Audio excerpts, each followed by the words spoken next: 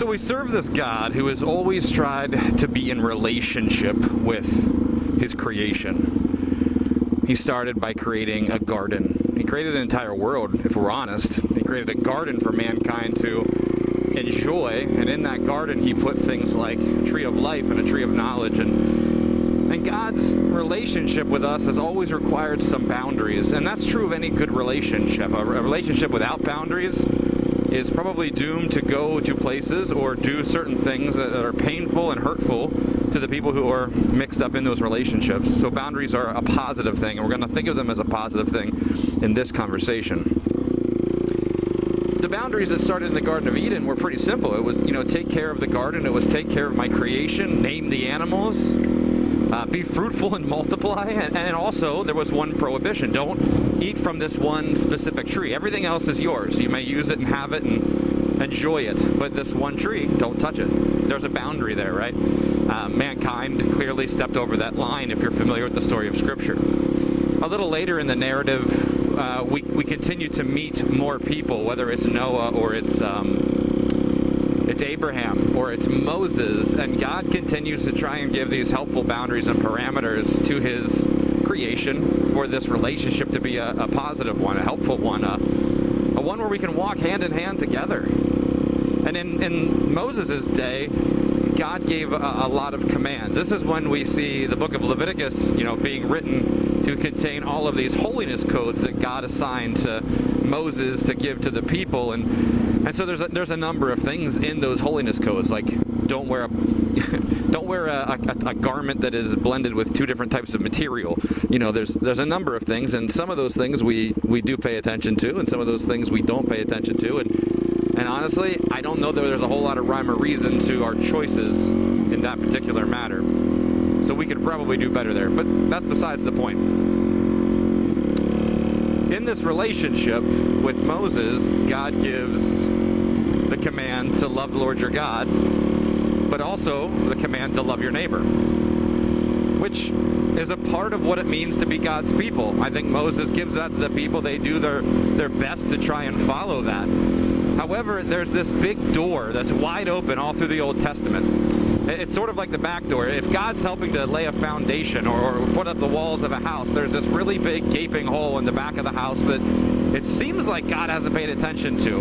And in reality, I think his command to love your neighbor was supposed to be this boundary, but we didn't see it that way. Mankind didn't see it that way. And so what I'm talking about is, what do you do when you meet somebody you don't agree with, or somebody that wants to fight you or kill you or take your land or hurt your family? What do you do with those people? And we call those people enemies. And in the Old Testament, in the time of God's people who were following the commands that God gave to Moses and Moses gave to them, what they did is they went to war with them. God's people acted like any other people. There was not really any separation when it came to this whole war thing. In fact, the Israelites, when they write down their histories of what they did and what they didn't do, some of the verbiage, the language they use is absolutely identical to the language that we find in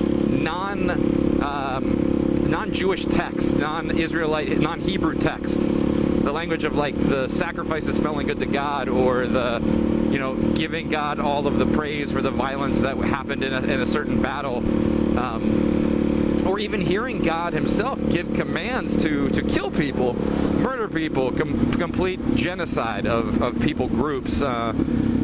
It really, when it comes to war, when it comes to enemies, there's just no difference between God's people and the rest of the world. And that's actually counterintuitive to the entire story of God, because what he says is, I want my people to be set apart, and I want my people to be a blessing to all the other nations on earth. Going to war with them and committing genocide certainly isn't a blessing, so to say, right? So from the Israelites' perspective, from the Hebrews' perspective, as they try to follow God's commands, they love God, they love their neighbor, and they define neighbor as people who are just like them. But when it comes to enemies, there's a whole section left out of the house that they're building, this spiritual house. Well, that's part of what Jesus does when he comes, is he affirms the commands that God gave to Moses. Love the Lord your God with all of your heart, with all your mind, with all of your spirit. and love your neighbor as yourself. He said these two commands are the greatest commands, and everything, the law, the prophet, all of the stuff that they would consider scripture up to that point, they hang on these two commands. They completely depend on these two commands.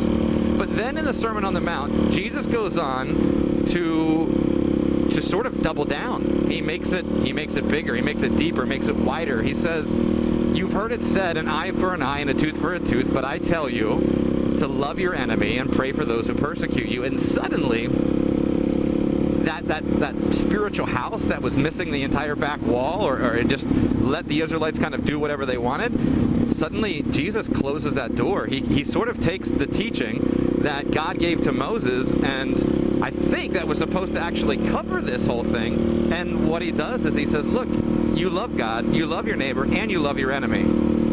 And suddenly we have a house, we have a spiritual framework, we have maybe you can think of it as a circle. The boundaries that we were talking about earlier, the boundaries have been completed now. In fact, the apostles, the people who spent the time with Jesus, who was immersed in his teaching and his life, they'll go on to even double down quite further in their writings in the New Testament, and they'll say things like, everything can be boiled down to just loving your neighbor.